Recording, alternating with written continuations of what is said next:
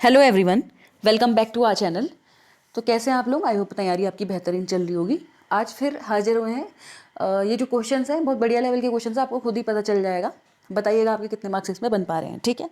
घिसे पीटे क्वेश्चंस नहीं होंगे। पहला प्रश्न, छात्रों में भगौड़ेपन की समस्या के समाधान के लिए शिक्षक अपनी दार्शनिक समझ का उपयोग करता है। इसे कहा जा सकता है उसका या उसकी। शिक्षा का दर्शन, शिक्षा में दर्शन, शिक्षा के लिए दर्शन या शिक्षा और दर्शन। ठीक है, तो इसका राइट आंसर है शिक्षा के लिए दर्शन। Option number C will be the right answer. बढ़ते हैं अगले प्रश्न पे।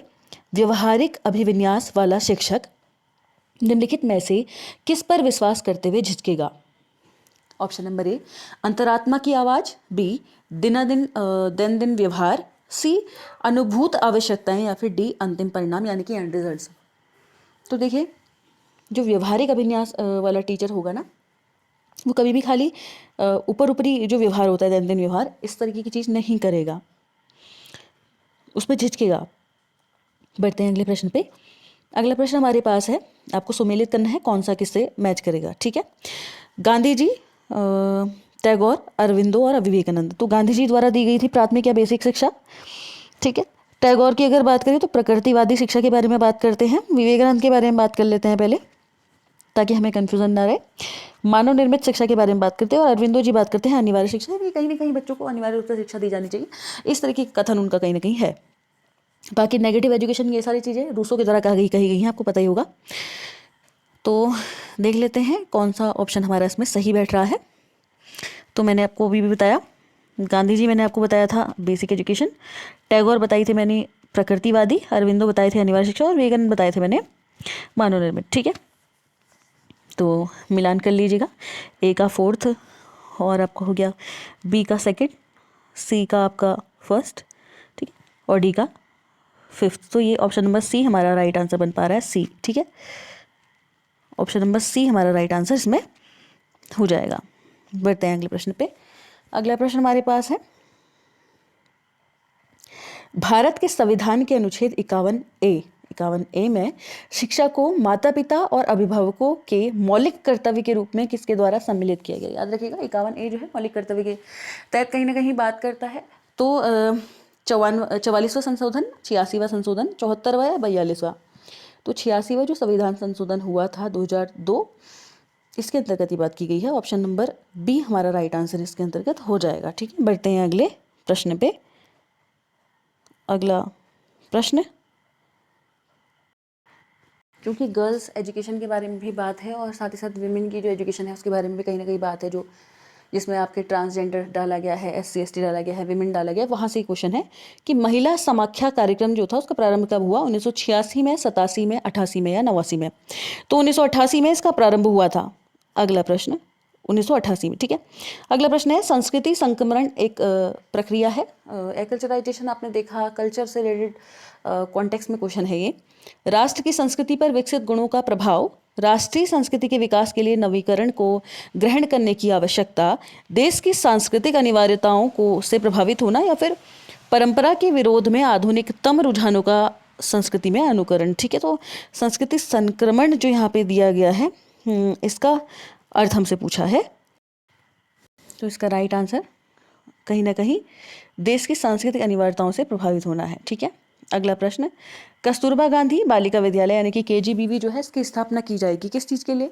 शैक्षिक रूप से पिछड़े प्रखंडों में, जहां राष्ट्रीय औसत से कम ग्रामीण स्त्री साक्षरता है वहां पे, जहां जेंडर अंतराल राष्ट्रीय औसत से ऊपर है, या केवल दूरस्थ ग्रामीण क्षेत्रों में है? तो आई होप आप लोगों को पता होगा, ये बेसिकली SC ST माइनॉरिटी और EWS के गर्ल्स के लिए बेसिकली खोला गया है। ठीक है, गर्ल्स एजुकेशन को प्रमोट करने के लिए KGBV खोले गए थे। तो शैक्षिक रूप से पिछड़े प्रखंडों में भी कहीं ना कहीं बात की गई थी, ऐसी जगह जहाँ नहीं पहुँच पाए हैं वहाँ पर को भी बात की गई थी। ठीक है, तो कई बार ऐसे क्वेश्चन भी आते हैं जिसमें एक से ज़्यादा ऑप्शन भी आपके सही हो सकते हैं। जहाँ राष्ट्रीय औसत से कम ग्रामीण स्त्री साक्षरता है, क्या ये भी हो सकता है कहीं ना कहीं? बाकी तो इसमें ऐसा सच नहीं है, तो अप्रोप्रिएट मानेंगे तो पहला वैसे सही रहेगा। ठीक है, अगले प्रश्न पे बढ़ते हैं। एक विषय के रूप में शिक्षा मनोविज्ञान से तात्पर्य है मनोविज्ञान की जानकारी का शिक्षा में समन्वय, शैक्षिक ज्ञान, शिक्षा विषयक ज्ञान का मनोविज्ञान में अनुप्रयोग, या शिक्षा संबंधी ज्ञान का मानवीय व्यवहार में अनुप्रयोग। ठीक है, मतलब एजुकेशन रिलेटेड जो चीज़ें हैं उनको ह्यूमन बिहेवियर में यूज़ कर लेना, अप्लाई कर लेना, या जो एजुकेशन से रिलेटेड जो सब्जेक्टिव नॉलेज है साइकोलॉजिकली कैसे एप्लीकेशन हम कर सकते हैं उसका, ये या एजुकेशनल नॉलेज क्या इसमें से होगा। तो मनोविज्ञान की जो जानकारी है उसका शिक्षा में समन्वय, यानी कि जो साइकोलॉजी होती है उसको किस तरीके से हम शिक्षा में यूज़ कर सकते हैं, ठीक है, इंटरप्रेट करने के लिए। अगला प्रश्न, पियाजे की दृष्टि में वय वर्ग से 7 से 12 वर्ष की विकास की अवस्था को कहा जाता है। मतलब अकॉर्डिंग टू पियाजे 7 से 12 ईयर्स की एज जो है वो किसके अंतर्गत आती है। जैसे कि आप लोगों को पता, उन्होंने 4 स्टेजेस के बारे में बात करा, सेंसरी स्टेज के बारे में बात करी जिसे संवेदी भी गमक भी कहते हैं। दूसरा बात किया था इंट्यूटिव स्टेज, जिसे फिर प्री ऑपरेशनल स्टेज भी कहते हैं। प्री ऑपरेशनल और इंट्यूटिव 2 भागों में आता है वो। तीसरा उन्होंने बात की थी कॉन्क्रीट की, और चौथा था एब्स्ट्रैक्ट, ठीक है। तो 7 से 12 की सब देखिए, 0 से 2 की एज जो है सबसे पहले वाले में आता है सेंसरी में। फिर दूसरा वाला जो आपका है जिसमें प्री ऑपरेशनल और इंट्यूटिव आता है 2 से 4 और 4 से 7, ठीक है। तीसरा आपका होता है मूर्त संक्रियात्मक 7 से 12, और चौथा होता है 12 से भी ऊपर, ठीक है। तो राइट आंसर इस क्वेश्चन का हमारे पास हो जाएगा मूर्त संक्रियात्मक, ठीक है। बढ़ते हैं अगले प्रश्न में। रूप जैसा तो कुछ कहा नहीं था, मूर्त संक्रियात्मक चौथा था। अगला प्रश्न है, बुद्धि सिद्धांत के विकास में निम्नलिखित में से कौन सा क्रम सर्वाधिक सही है। स्पीयरमैन का द्विकारक सिद्धांत, बर्ट का समूह सिद्धांत, गोलमैन की भावात्मक प्रज्ञा का सिद्धांत, या गिलफोर्ड की बुद्धि संरचना। तो ये प्रश्न देने का मेन मकसद ये था क्योंकि इसमें 4 चीज़ें आपको पहले क्लियर हो जाएंगी। देखिए, स्पीयरमैन ने दिया था द्विकारक बुद्धि। 2 बुद्धियों में कहते हैं, एक तो जनरल फैक्टर होता है, एक स्पेसिफिक फैक्टर होता है, यानी कि सामान्य और विशिष्ट बुद्धि, 2 तरीके की बुद्धि के बारे में कहा है, सॉरी। अगला है बर्ट का समूह सिद्धांत। फिर है मतलब बर्ट ने समूह सिद्धांत दिया था, ये याद रखिएगा, समूह कारक सिद्धांत था, बर्ट ने भी दिया था, जबकि ग्रुप फैक्टर थ्योरी थर्स्टन की भी आपको याद होगी। अगला है गोलमैन की भावात्मक प्रज्ञा का सिद्धांत, यानी कि गोलमैन ने इमोशनल इंटेलिजेंस की जो थ्योरी दी है। और अगला है गिलफोर्ड की बुद्धि संरचना, जो कि आप लोगों ने पढ़ा ही है, कंटेंट ऑपरेशन प्रोडक्ट, ठीक है। तो क्या इसमें से सही क्रम होगा ये हमें बताना है। देखिए, सबसे पहले तो स्पीयरमैन का द्विकारक सिद्धांत दिया गया था, इसके बाद बर्ट ने अपना समूहकारक सिद्धांत दिया है, ठीक है। इसके बाद गिलफोर्ड ने दिया था अपना, ठीक है, और फिर हमारा गोलमैन आएगा। तो आप इसको मिला सकते हैं। तो सबसे पहले क्या हो जाएगा आपका, सबसे पहले आपका स्पीयरमैन आ जाएगा, दूसरे नंबर पे बर्ट आ जाएगा, तीसरे नंबर पे गिलफोर्ड आ जाएगा, और चौथे नंबर पे आपका क्या आ जाएगा, गोलमैन। तो ये राइट आंसर हो गया। बढ़ते हैं अगले प्रश्न पे। थॉर्नडाइक के अधिगम में प्रभाव के नियम, यानी कि लॉ ऑफ इफेक्ट जो है थॉर्नडाइक का, कहीं ना कहीं उसने किस प्रतिमान को प्रत्याशित किया, मतलब कहीं ना कहीं रिलेट किया कौन सी वाली थ्योरी से, ठीक है। पावलोव की जो थ्योरी थी उससे किया, क्रिया प्रसूत अनुबंधन यानी कि ऑपरेंट कंडीशनिंग से किया, समीप्य अनुबंधन से किया, या अंतर्दृष्टियुक्त अधिगम यानी कि इनसाइट थ्योरी के बारे में बात की, या फिर कंडीशनड, किस थ्योरी से रिलेटेड इसने काम बात इसमें की, लॉ ऑफ इफेक्ट जो है। तो ये कहीं ना कहीं क्रिया प्रसूत अनुबंधन से रिलेटेड क्या था, इस प्रतिमान को उसने प्रत्याशित किया, ठीक है।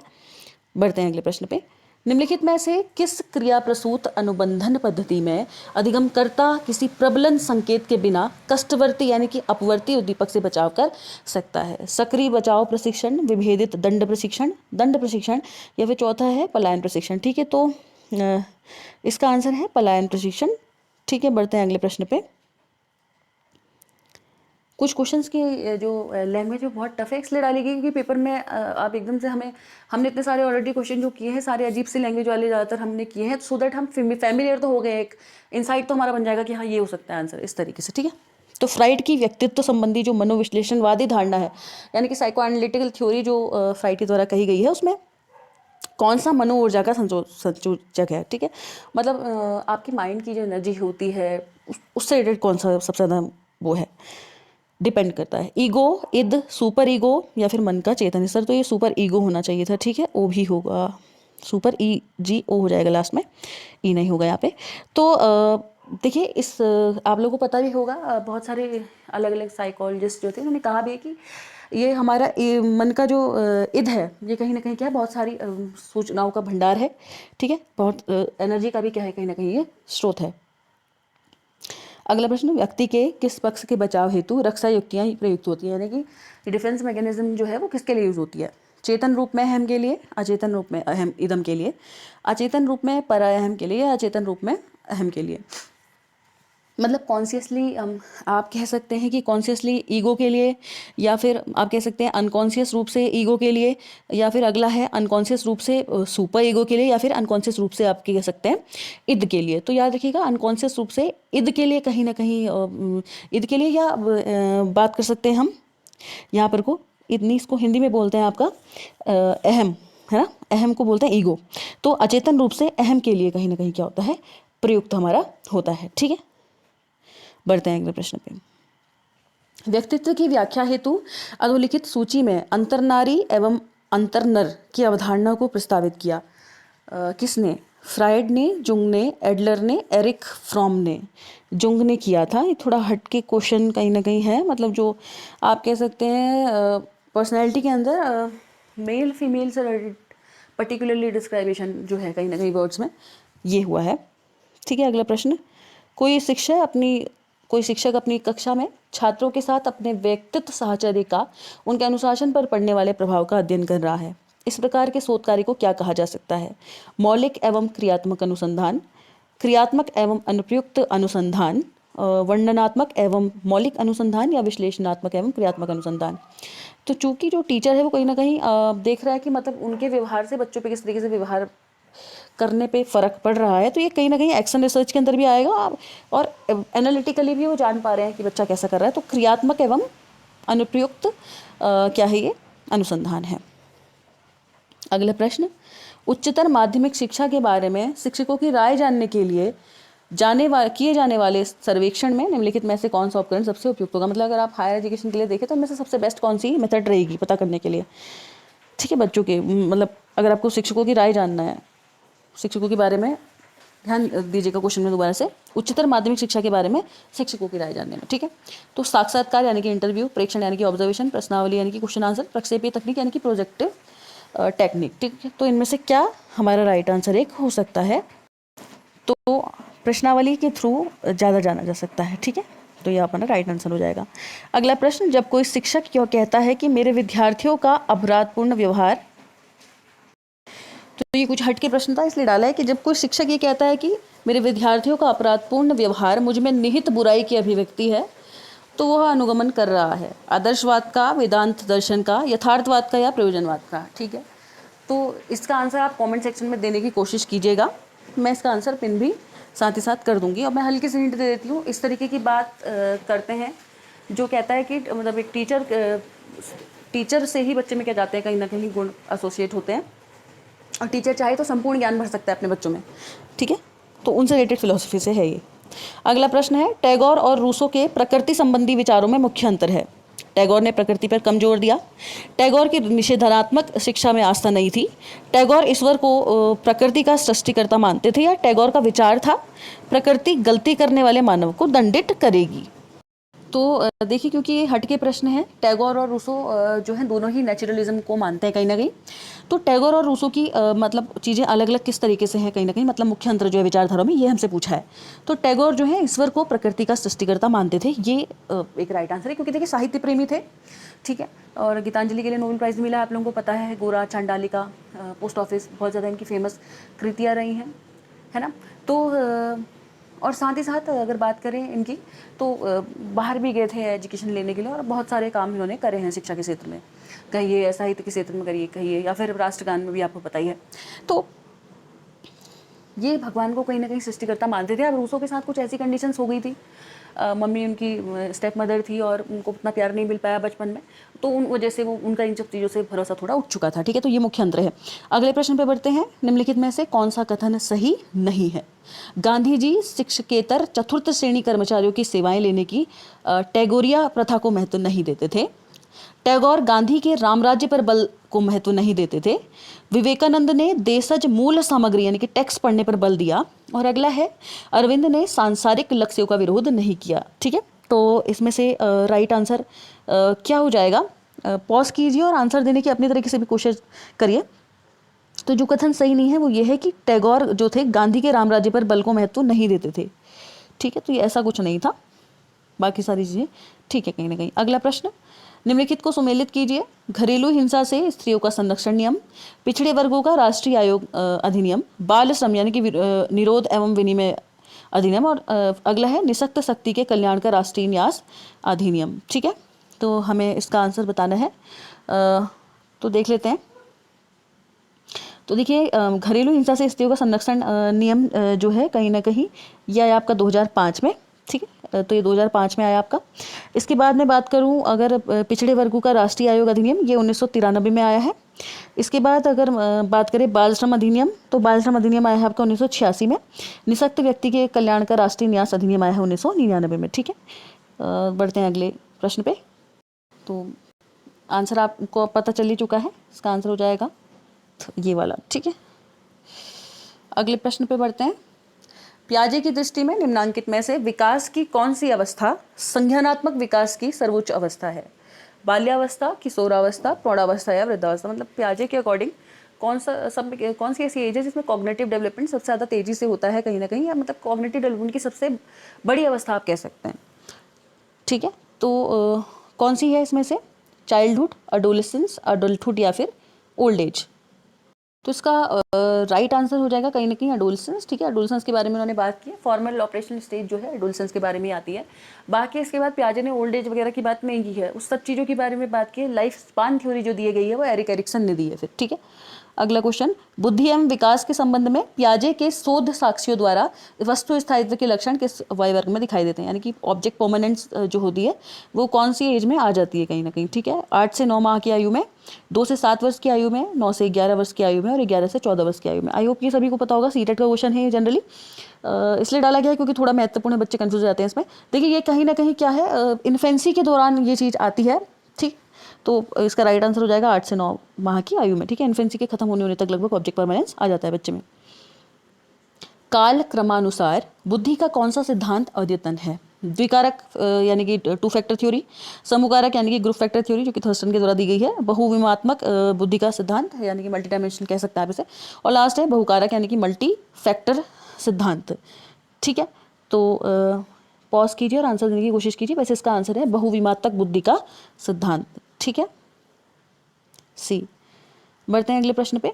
अनुबंधन द्वारा अधिगम के किस प्रतिमान के अंतर्गत प्रबलन अनुक्रिया के पहले न घटित होकर उसके बाद घटित होता है?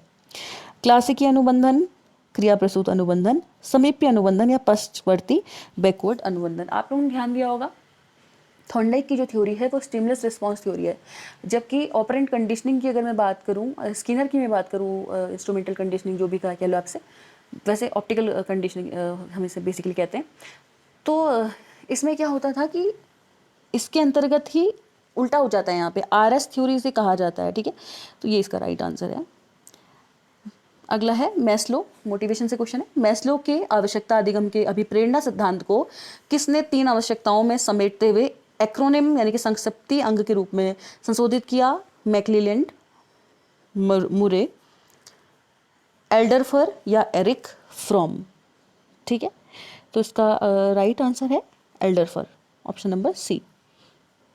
अगला प्रश्न, व्यक्तित्व के प्रकारता सिद्धांतवादियों में से मनोवैज्ञानिक प्रकारता के प्रस्तावित करने में मुख्य प्रणेता कौन थे? सेल्डन, ऑलपोर्ट, जुंग या आइजेंक?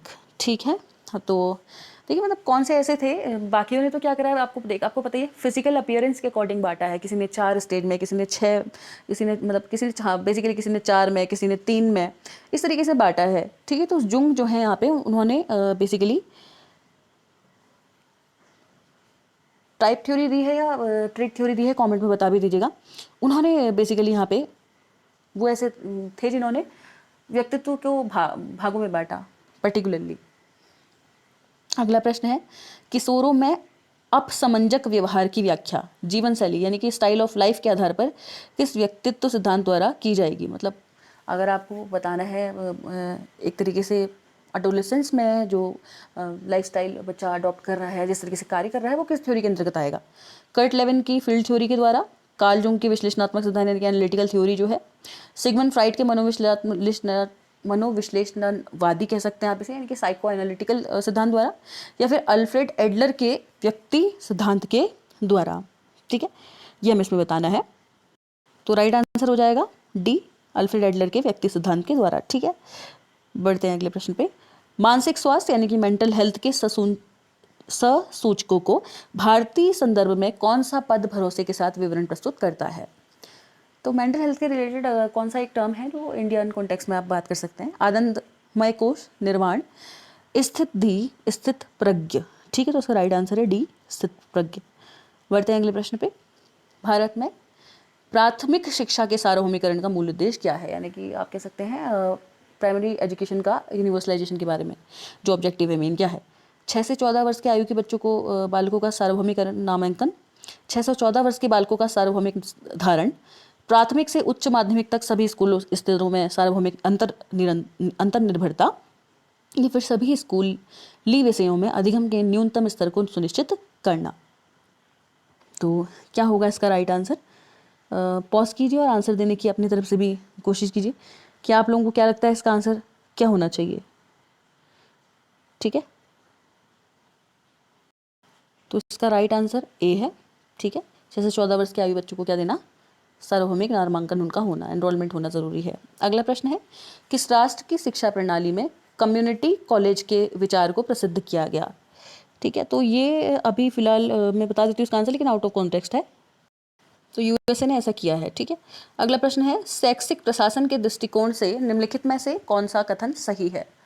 पूर्णतया केंद्रीकृत, पूर्णतया विकेंद्रीकृत, आंशिक रूप से विकेंद्रीकृत और आंशिक रूप से केंद्रीकृत और आंशिक रूप से विकेंद्रीकृत। अलग अलग आपको इसमें कह सकते हैं आप देश दिए गए हैं और बताया है कि मतलब किस तरीके से यहाँ पे जो है एजुकेशनल एडमिनिस्ट्रेशन जो है उसका दृष्टिकोण सेंट्रलाइज्ड है या डिसेंट्रलाइज्ड है। बेसिकली ये हमसे इस प्रश्न में पूछा गया है। ठीक है, इस प्रश्न को डालने का मेन मोटिव ये था कि भारत से रिलेटेड है। तो यहाँ पे जो शैक्षिक प्रशासन है वो आंशिक रूप से केंद्रीकृत है और आंशिक रूप से विकेंद्रीकृत है। कहीं कहीं पे सेंट्रलाइज्ड है, कहीं कहीं पे डिसेंट्रलाइज्ड है। ठीक है, बढ़ते हैं अगले प्रश्न पे। दूर और सतत शिक्षा यानी कि डिस्टेंस एंड कॉन्टिन्यूइंग की सबसे लंबी परंपरा निम्नलिखित में से किस देश की है? Bharat, United kingdom, Australia, USA. तो ये यूनाइटेड किंगडम की है सबसे लंबी देखा जाए तो। ठीक है, वहीं से मतलब ब्रीफ हिस्ट्री में स्टार्ट भी हुआ।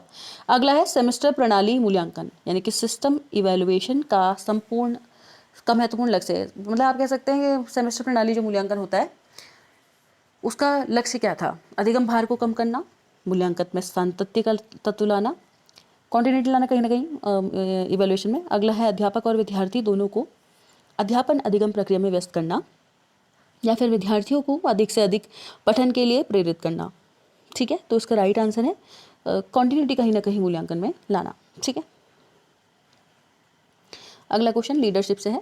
नेतृत्व यानी कि लीडरशिप के हाल ही के प्रतिमान को किस पर ध्यान केंद्रित करते हैं? संगठन में प्रतिभागियों की दक्षता का स्तर, संगठन में प्रतिभागियों की प्रतिबद्धता का स्तर, उपयुक्त शैलियों के साथ साथ स्थिति परक कारक और संगठन के सदस्यों के लिए चिंता। ठीक है, तो आप कह सकते हैं नेतृत्व जो है सबसे ज़्यादा ध्यान केंद्रित करता है इस पे कि मतलब उसका स्टाइल क्या है, सिचुएशन के हिसाब से किस तरीके के नेतृत्व क्षमता वहाँ पे दिखानी चाहिए स्थिति के अनुसार। ठीक है, तो option number C right answer हो जाएगा। अगला प्रश्न है, स्वॉट यानी कि SWOT विश्लेषण के परिणाम स्वरूप विद्यालय प्रणाली ने कई दृष्टिकथन तैयार किए हैं। करने योग्य सर्वाधिक स्पष्ट गतिविधियाँ क्या हैं?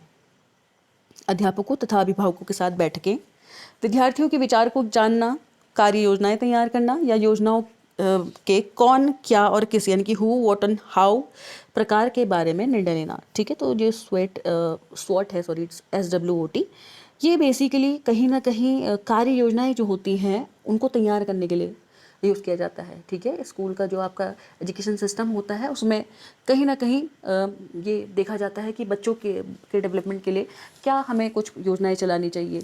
ठीक है, अगला प्रश्न, मंदबुद्धि बालकों को शिक्षित करने के लिए प्रथम विद्यालय किसने स्थापित किया? टर्मेन, सेंगविन, गार्डनर या फिर बिने।